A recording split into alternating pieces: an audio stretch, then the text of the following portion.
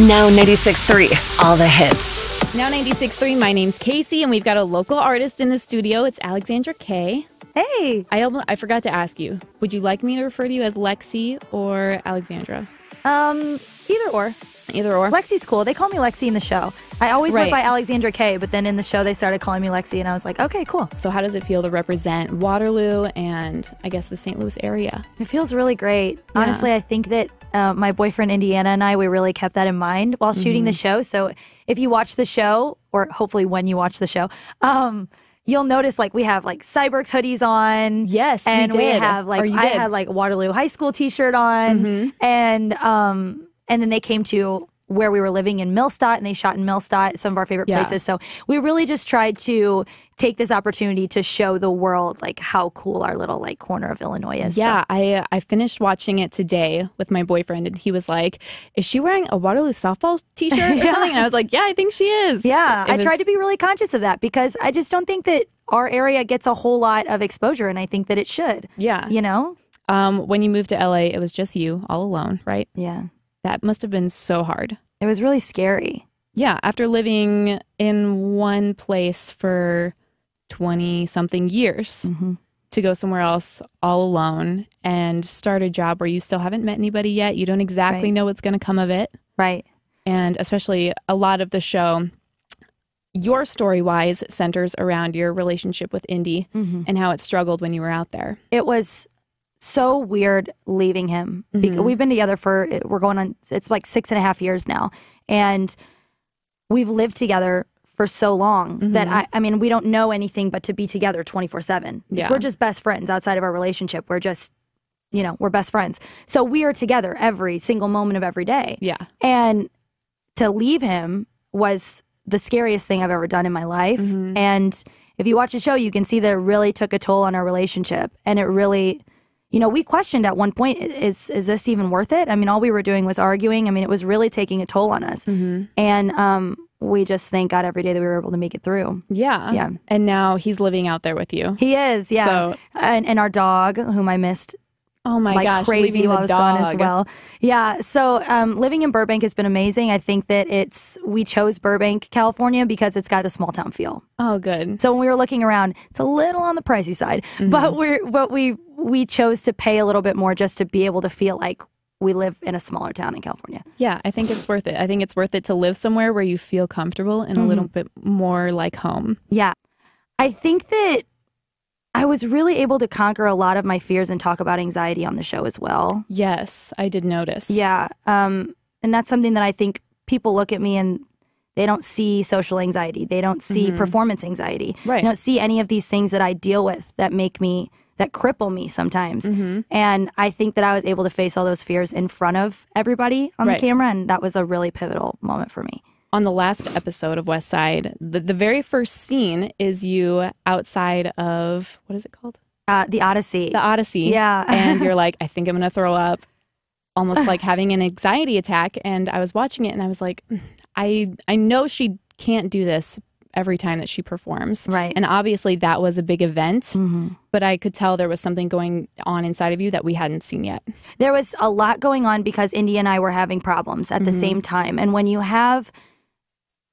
don't have the person that you always run to all the time, when you guys are having problems and you don't have your comfort zone right there to help you out, to help you through a moment, and when you feel like you can't just pick up the phone and be like, I need you right now, it was really tough. It made everything that much harder. But I think that you need those moments in a relationship to realize how much you need that person. And so I think that was also a really great moment for me to realize that, what's the point of doing all of this if I don't have him here to do it with me? Right. I think you said that in the episode, like, what's the point of having it all if you don't have somebody to share it with? Exactly. Right. And I think that another thing that I've realized in all of this time of gaining fans and going on these different shows and really putting myself out to the world is that I thought for so long that the more followers that I got, that it would make me feel better about how I look at myself. And then once you get all of that, you realize that it doesn't matter.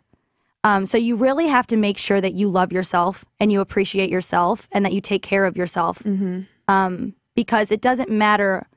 You could have all the followers in the world, but if you don't love yourself, it doesn't matter. You got to Exactly. fix what's within you first. I think that's a big thing in our world right now, and maybe even more in our generation. Sure. It's how many likes am I going to get on this photo? Absolutely. How many followers do I have? What does that mean if I can get an extra 100 or 1,000? Right. And that's an incredible story that Pia tells on the show Yeah. as well, because she struggles with a lot of insecurities and a lot of self-doubt like we all do. And she is kind of that person that's like, look at how many followers I have. Look at all the fans. And I'm still insecure about who I am. Right. And so I think that tells a great story for especially our youth and the people that are growing up with Instagram, with Twitter. Yes. Because that stuff didn't really, like, I had it like midway through high school. Yeah. I can't imagine being like a 6th grader right now. I think that it's exhausting. That's something I really struggled with when I got out of high school. I had to constantly be looking at Snapchat stories, seeing where my friends are. If so-and-so's at a party, why didn't they invite me? Why am I not there? Why am I here? And that's why all of our generation has anxiety. Exactly.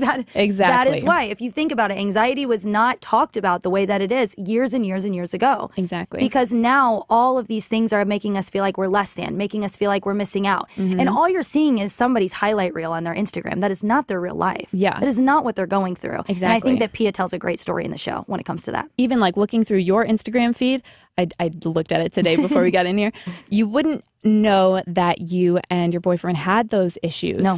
You wouldn't know it at all because from your feed, you guys are like laying on the beach, hanging out. Exactly. And I've thought about that. I've thought about the fact that how many girls look at my Instagram and say, I would love to have a relationship like Lexi and Indy's. I wish my relationship was like theirs. It's perfect. Yeah. And that's what they see just by looking at Instagram and Facebook. And, Indiana and I are very in love each other, but we have our issues. Yeah. You just don't see them, And you probably wouldn't until someone watches the show and Exactly. they see you in your room on the phone having those conversations. Which is why I'm really glad that I got to give them a little glimpse into reality and what life is really like, because it's not what you see on Instagram. Exactly. What did you think when you first got to California and everybody was telling you this place it can kill you? There are people who don't have your best interest in mind. There are people who are only out to get you or use you. How was that? It was really scary, especially because I'm not going to lie. And you can see in the show, I came in a little naive.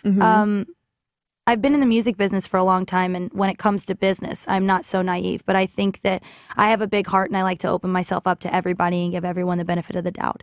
Yeah. And I think that I did that with Austin. Yeah. And I think that it came back to bite me a little bit. But I don't regret opening my heart to everybody, and I don't regret giving everybody the benefit of the doubt. I think that LA is a really scary place, but I think that it made me stronger. And so I'm really glad to have had the opportunity that I had to be there and to learn what I've learned. That's great. Speaking of Austin, your new single, You Think You Know Someone. Yes. Probably my favorite song on the Westside soundtrack. Oh, thank you. Yeah. That makes me happy. Relatable for everyone in some sort of way, but also super personal to your story. Yes. You wrote that song? I co-wrote it with Shane McAnally, That's which was great. insane. I could not believe it. Shane has written so many songs, so many things for Kenny Chesney, Casey Musgraves, Old Dominion, everybody. And so when I had the opportunity to fly to Nashville to write that song with him, I was literally shaking. That's when I a dream. got into the room. Yeah. And he was so sweet and so nice, and we wrote the song so quickly, and I think that it came out exactly how I wanted it. I wanted to tell the story about how I felt like Austin sold me somebody that he isn't. I wanted to tell that story without digging at him, because that's not who I am. Right. And I think that we did a really great job of that. Right. And I think it's a relatable topic. And it's definitely something I'm learning as I grow older. And I wanted to ask, did you write that about Austin? But then I realized it could be about a million different situations. And it actually is. When I went in, I knew that the song needed to relate to the show. Right. Because that's just kind of how we did things. Yeah. So basically we shot the entire show, and then we went back and decided which scenes we were going to write our songs about. Okay. So we did write all the songs out of personal experience, but we just shot the show and had everything play out the way that it was going to play out, and then went back in. That makes a lot of sense. And Yeah. I thought about that as I was watching the show, because it all played out so seamlessly that I really thought, I wonder how they put this together so well. How is it not scripted? Exactly. Yeah. How is it not scripted if they go back in? But that's how we did it. So they just completely let us live our lives. They captivated everything. And then they were like, Lexi, I think you should write a song about your situation with Austin. And I said, I think that's a good idea. Yeah. And so I went in, we wrote that song. It came out beautifully. And I'm so excited for the world to hear it. Yeah. And it did. It turned out great. And actually, as I was watching the show with my boyfriend, we got all the way, maybe halfway through an episode before he looked at me and said, is this real life? And I said, yeah. And he goes, wait, is this not like scripted? And I said, no, like they're actually out there doing these things. It's all real life. It's all real. And I think that there have been a lot of articles that have come out that have said that our show is fabricated. And it has really upset us. But we haven't let it get to us too much, but we have all talked about it. Yeah. I mean, we're all in a group chat. We FaceTime each other every single day. I mean, we are truly one big happy family. We're all best friends. And so once we started seeing those articles kind of pop up about this is fabricated, this is scripted, we were like, but it's not. Yeah, you're like, this is my life. This is how it happened. Yeah. And you know what? You can't think you're going to put 9 different artists in a room for a year and think that people aren't going to clash. I mean, James and Austin, I knew they were going to clash from the day I met both of them. I was like, those two aren't going to be friends. Right. And they actually ended up working things out towards the end. And I didn't think that Austin and I would end up going our separate ways. But, it's life. And I think that they got a really good glimpse into what life is really like. And I'm really proud of it. That's great. Something that Erica said on the show that stuck with me, and I think she said it to you, was, it's bad for the heart, it's good for the art. Yeah. When it came to songwriting. And of course, that could relate to a lot of things. Is that how you felt when you were writing songs for the show, or just in life when you're writing? Absolutely. I think there was a scene with James and I when James was busking outside, and James was talking about how he wanted to write this song, but he didn't want Yaz to get mad. He didn't want Yaz to know how he was feeling in that moment. And I told him, I said, I deal with the same thing. Because as songwriters, when everything is sunshine and roses, sometimes it's really hard to write. When you write that really great song is when you're really down in the dumps. Yeah. For me, anyway. And so sometimes I have to go back there and I have to dig up, because me and Indiana are doing great. And so I have to dig up old feelings and old things to try to write. Find something, yeah. And so I think that Erica hit the nail on the head with that one. And honestly, I was so glad that they used that soundbite.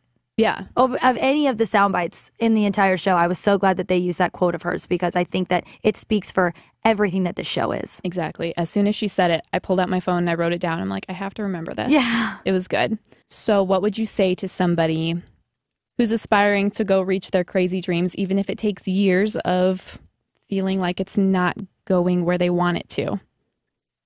Just keep pushing. Honestly, I had so many doors slammed in my face and so many moments where I wanted to give up. Yeah. And I'm so glad that I didn't. And I think even looking all the way back to high school, so many people asked me, they were like, why didn't we know you sang in high school? Well, I auditioned for everything. I auditioned for concert choir every year. I auditioned for solo ensemble every year. I auditioned for the variety show every year. I got cut every year. Right. So this all started from the day that I started. I was getting doors slammed in my face. But like, you've got to just keep knocking. Yeah. And eventually somebody's going to open and somebody's going to give you a chance. And I think that that's what happened when I got signed with my first label. And I thought I was on top of the world. Right. And this is what happens. Quite it's a roller coaster. With a musician, because I signed with a label.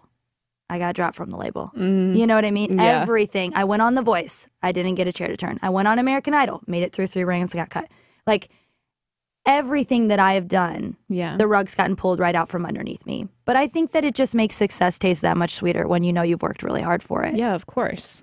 But this show is so important to me. This cast is so important to me. I'm going to wait it out, see what happens with this show. Hopefully it gets all the buzz that we're hoping that it gets. And I'm just going to go back and forth from Nashville to LA. And that would be worth it. That would be worth the flights back and forth. Yeah, I think so. I'm really excited for the music that I'm about to put out. And I'm excited about the team that I'm with. I'm excited about my label. So I think that there's nothing but great things coming. I just have a lot of work to do, and I'm really excited to get started. Yeah, that's so exciting. Yeah. This is just the beginning. It might feel like you've been doing this forever, but you know it's just the beginning. I think that that's how it feels. it feels like it's just the beginning. I've been doing it for so long and climbing, but it feels like that I'm really onto something here, and I can't wait to just get to work. Is it kind of, in a way, a weight off your shoulders? Like, yes, I finally broke through somehow. In a way, it is. Mm-hmm.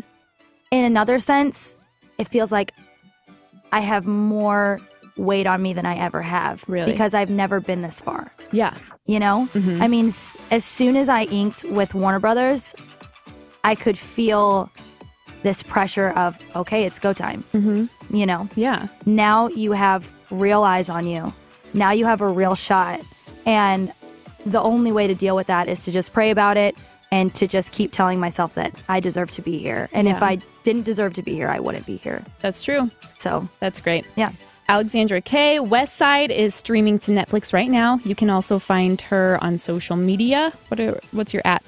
At Alexandra K Music on Instagram, and then at _Alexandra K on Twitter, and then Alexandra K on Facebook, YouTube, all the fun stuff. Go check out my single, You Think You Know Someone. I'm so excited about it. I hope you guys love it. It's really good. Thank you guys for listening, and thank you so much for coming in. Thank you for having me.